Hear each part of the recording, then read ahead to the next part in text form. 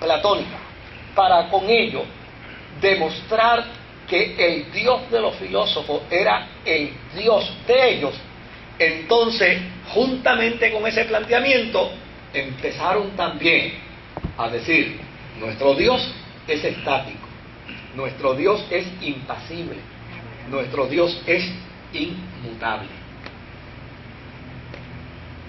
O sea, alguien dijo que los pensamientos se forman como resultado de las palabras. Si hablamos de manera incorrecta, tendremos pensamientos ¿qué?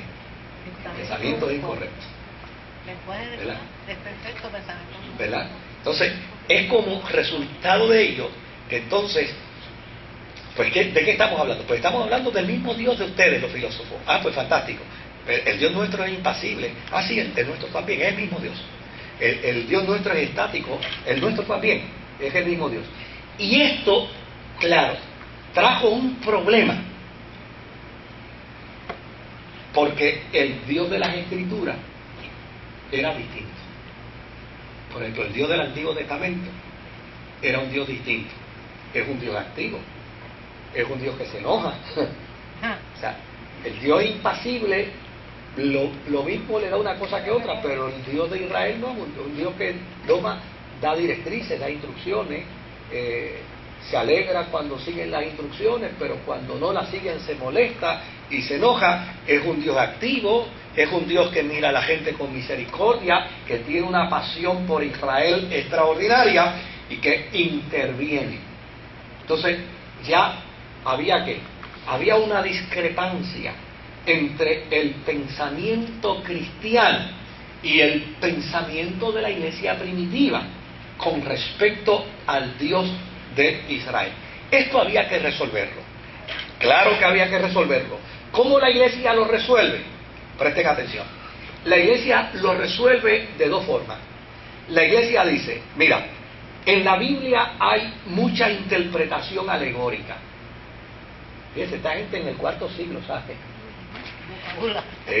En la Biblia hay mucha interpretación alegórica, es decir, donde en la Biblia se habla de un Dios activo, de un Dios compasivo, esto no puede verse de manera literal, sino más bien en un sentido alegórico. Nosotros le estamos atribuyendo a Dios lo que es nuestra propia personalidad, pero realmente así no es Dios.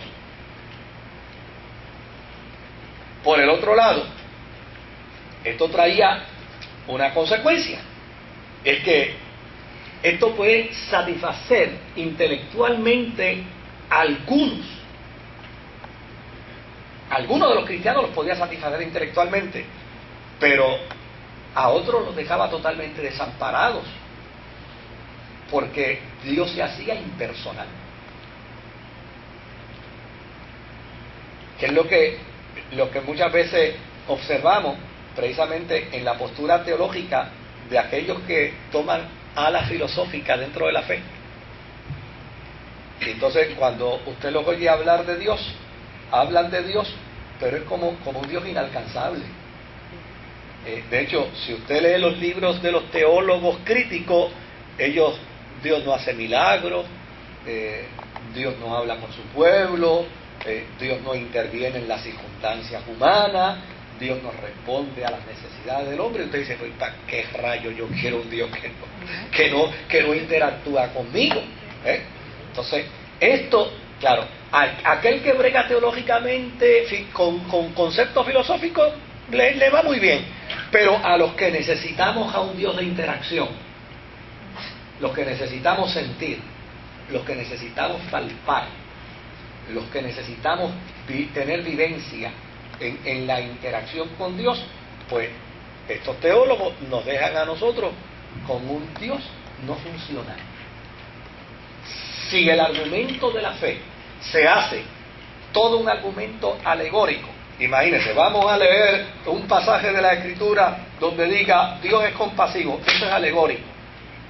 Ah, entonces no es compasivo nada. No es compasivo. Entonces, ¿qué es? Es estático. Válgame Dios.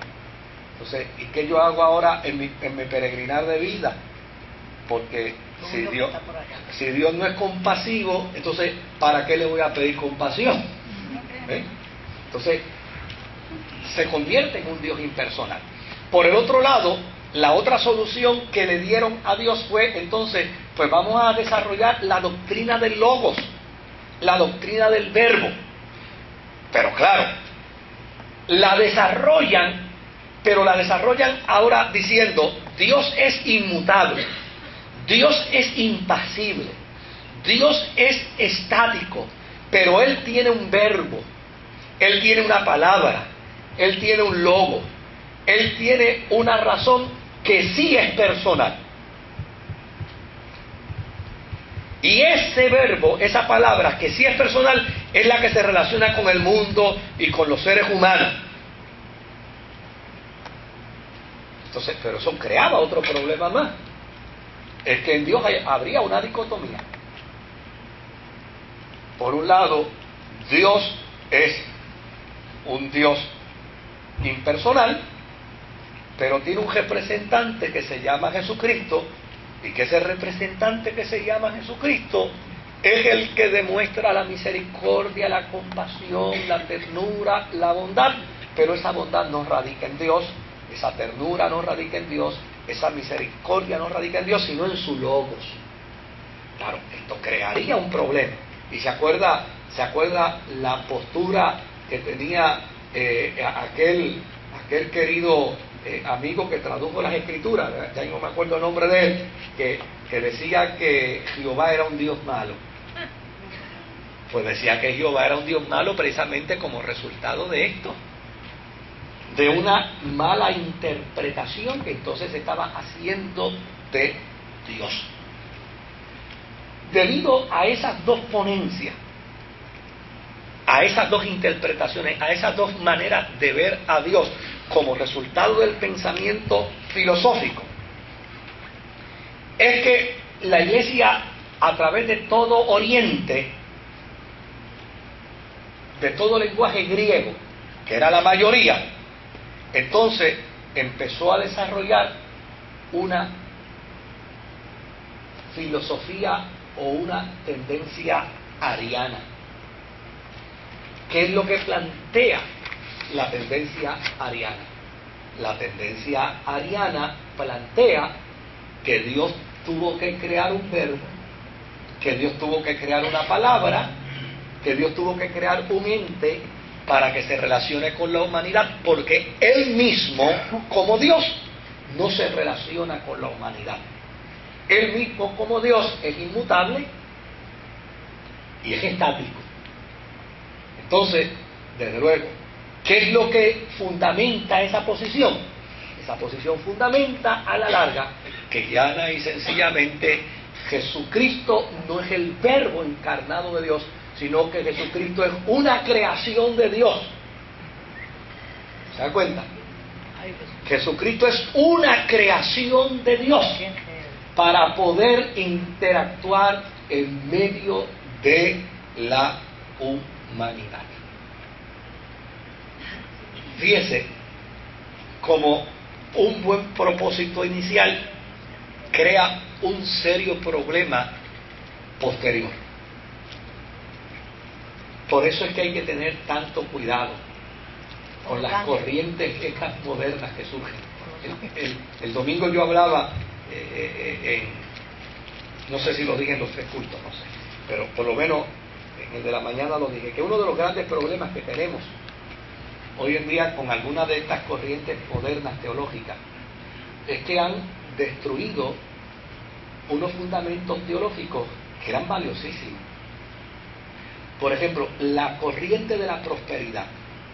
Para dar un ejemplo, o sea, apure que ahorita yo paro y hacemos preguntas, pero la corriente de la prosperidad, mire, ¿qué destruyó la corriente de la prosperidad? La corriente de la prosperidad destruyó la teología de la esperanza. Y destruyó la teología del sufrimiento. ¿Por qué la destruye? Porque cualquier cristiano que esté en un movimiento de prosperidad no puede sufrir. Porque si sufre, es